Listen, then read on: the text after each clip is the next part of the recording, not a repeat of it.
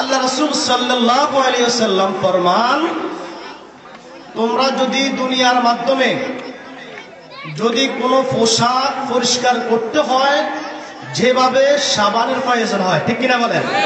জামা কাপড় পরিষ্কার করতে হলে কিসের প্রয়োজন হয়?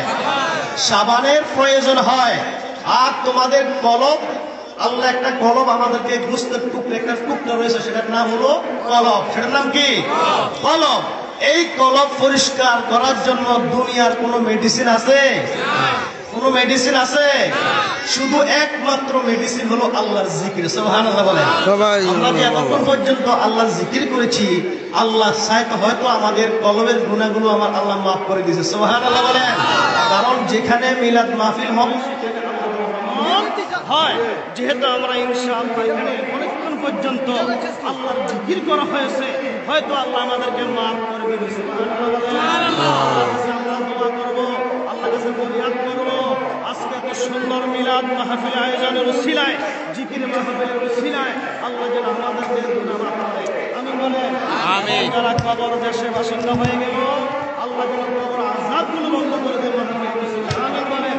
আল্লাহ রাসূল সাল্লাল্লাহু আলাইহি ওয়াসাল্লাম ফরমান, যদি ঈদ ও মিলাদুন নবী আমার কোন মিলাদ মাহফিলে আল্লাহ রাসূল সাল্লাল্লাহু আলাইহি ওয়াসাল্লামের সাহাবী নাম হলো আবু বকর সিদ্দিক। সুবহানাল্লাহ বলেন। নাম কি? আবু বকর সিদ্দিক রাদিয়াল্লাহু তাআলা আনহু। তিনি বলতেছেন, যেখানে মিলাদ মাহফিল হয়, যেখানে মিলাদ মাহফিলের অংশ হয়, তোমরা যদি 1 দিরহাম টাকা খরচ করতে পারো, সুবহানাল্লাহ বলেন। কত দিরহাম? 1 দিরহাম যদি কেউ মিলাদ নবী সাল্লাল্লাহু আলাইহি ওয়াসাল্লামের মিলাদ মাহফিলে অংশগ্রহণ করে, আল্লাহর নবীর সাহাবী আবু বকর সিদ্দিক রাদিয়াল্লাহু তাআলা আনহু তিনি বলেছেন, সে আমার সাথে জান্নাতে থাকবে। সুবহানাল্লাহ। সে আমার সাথে জান্নাতে থাকবে। তাহলে একটু চিন্তা করে দেখেন, এই যে মাহফিলের সাধারণ হয়েছে, টাকা পয়সা খরচ হয়েছে না? যারা টাকা দিয়েছেন তারা হাদিস অনুযায়ী তারা কি করবে? আবু বকর সিদ্দিকের সাথে জান্নাতে থাকবে। সুবহানাল্লাহ বলেন। এবং হযরত আলী কারামাল্লাহু ওয়াজহু তিনি বলেছেন, যদি কারো দ্বারা, কোন ব্যক্তির দ্বারা যদি ঈদ ও মিলাদুন নবী সাল্লাল্লাহু আলাইহি ওয়াসাল্লামের অনুষ্ঠান হয়, অথবা কোন ব্যক্তির দ্বারা ঈদ ও মিলাদুন নবী সাল্লাল্লাহু আলাইহি ওয়াসাল্লাম মাহফিল উদযাপন হয়, ওই ব্যক্তি ঈমানের সহিত মরণ হবে। সুবহানাল্লাহ বলেন। ওই ব্যক্তি ঈমানের সহিত মরণ হবে। অতএব যারা কষ্ট করে এত সুন্দর জান্নাতের বাগান সাজিয়েছেন, আমাদের বিশ্বাস আল্লাহ আমাদেরকে এই মাহফিলের উসিলা মাফ করবে। আমিন বলেন।